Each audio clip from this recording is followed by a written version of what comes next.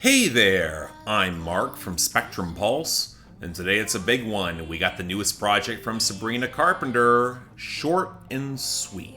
The funny thing about having some history with pop acts that take a while to fully break through is that you wind up with context and comparison points. I mean, the majority of the mainstream public probably just knows Sabrina Carpenter from this year and the ubiquity of Espresso and Please Please Please. Maybe Feather or Nonsense if they were paying attention, or from when she opened on the Eras tour. But I remember Sabrina Carpenter from her years on Hollywood Records, where the albums were so clumsily produced and written that they would be easy to throw aside as ex-Disney vanity projects. And hell, I said that in the late 2010s when I reviewed them and got a substantial amount of backlash for saying it. And it was not helped by that kerfuffle with Olivia Rodrigo and the response song Skin in 2021, and spoilers, that song still blows. Look, the point is that I can recognize when a change in label and management and some artistic development actually takes place, and how much that will matter to a young pop star coming out of the Disney system. Hell, I was all prepared for this to be the big year of Sabrina Carpenter, for better or for worse, and then we got so many other pop acts either maintaining their momentum, delivering a sudden resurgence, or in the case of Chapel Roan, the other long-awaited breakthrough. Now what this means is that Sabrina Carpenter is not monopolizing the conversation in mainstream pop, especially later this summer. I've got other acts I can go to, some that even drop the same day that I like more, stay tuned for that, and with a little bit more breathing room, I think I can approach this album with a bit more levity, especially when it's trying to frame itself as so light and playful. It's bubblegum, and it should be treated as such.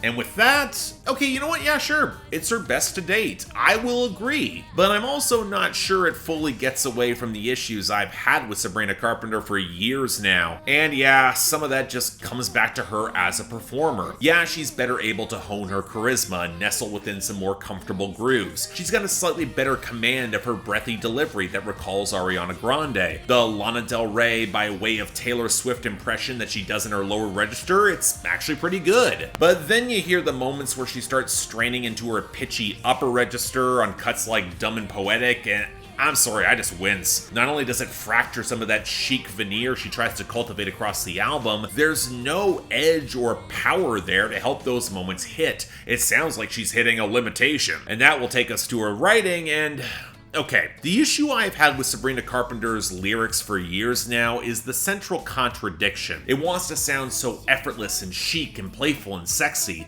the loose, rich opulence of being the coolest and hottest girl there, riding on impeccable vibes with That's That Me Espresso, but it can also feel so overworked and revealing to get to that point, showing just how constructed and capricious it's trying to be, even being self-aware, where I can't ignore some of the sour edges. It's a dated reference, but this could well be music for Quinn Fabray, and that would also be fine. A hot take I have is that Quinn was a lot more of the quietly interesting characters on Glee before Ryan Murphy forgot what consistent characterization and motivation are, probably somewhere around season 3. But that peek behind the curtain with Sabrina Carpenter, as she will often do it herself, shows more obsession with ego and presentation, with little pot shots at the girls who hook up with the dumb guy she fucks on Taste. Proof that this sort of self-serving song can actually kind of work played upbeat in comparison with crap like Thinking of Me by Morgan Wallen. But then there's complaining endlessly about how none of these guys live up to her standards and seem to cheat on her constantly on Good Graces and Sharpest Tools and Coincidence and Lie to Girls, where the foundations of these relationships seem to be built on very little. Even if she swears she will ruin these guys if they get on her bad side or step out of line. Then on Slim Pickins, she complains how few options there might be, especially as she is very straight, and the closer Don't Smile is actually really downbeat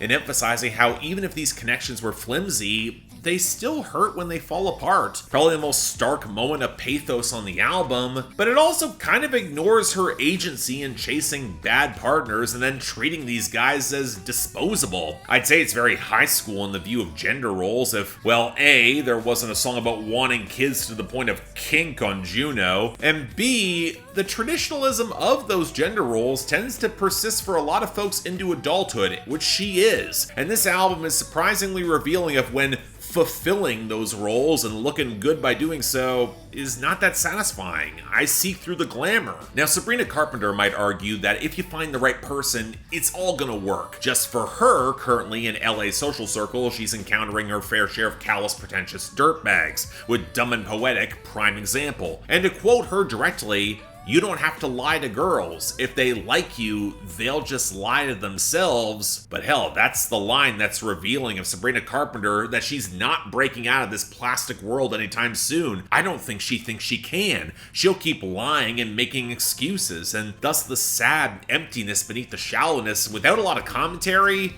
doesn't exactly feel that fun. It kind of undercuts the vibes for me. But that's the other thing. When the production and sound on this album is probably her best, I can't say I'm that impressed, especially when it tips towards the more synthetic side. It's probably most revealing in the airy cuts that Jack Antonoff gives her, that highlights how his production nowadays requires that she would command the mix, which is not exactly flattering on the brittle folk of Slim Pickins, nor is the watery stiffness of that groove on Please Please Please, and she's not commanding any of these mixes. Now, thankfully, there's more cuts that indulge very breezy, well-balanced, guitar-driven pop produced by Ian Kirkpatrick, John Ryan, and Julian Bonetta. I've already mentioned Taste, but then there's the choppy acoustics of Coincidence, and especially the late 80s soft rock rollick of Bad Chem and Juno, the latter easily the best song on this album, more because they support her very lightweight voice. Hell, I'm so lukewarm at best on Espresso, but it at least fits the frothy vibe of this album. But as a whole,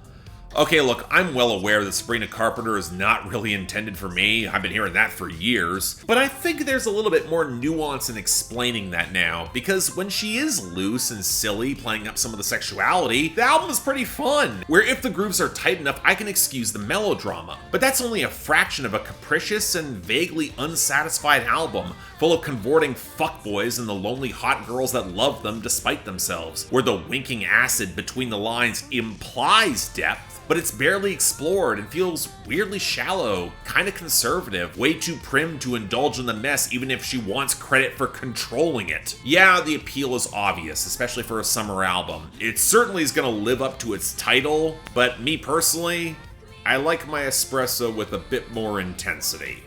So it's decent, but not much more.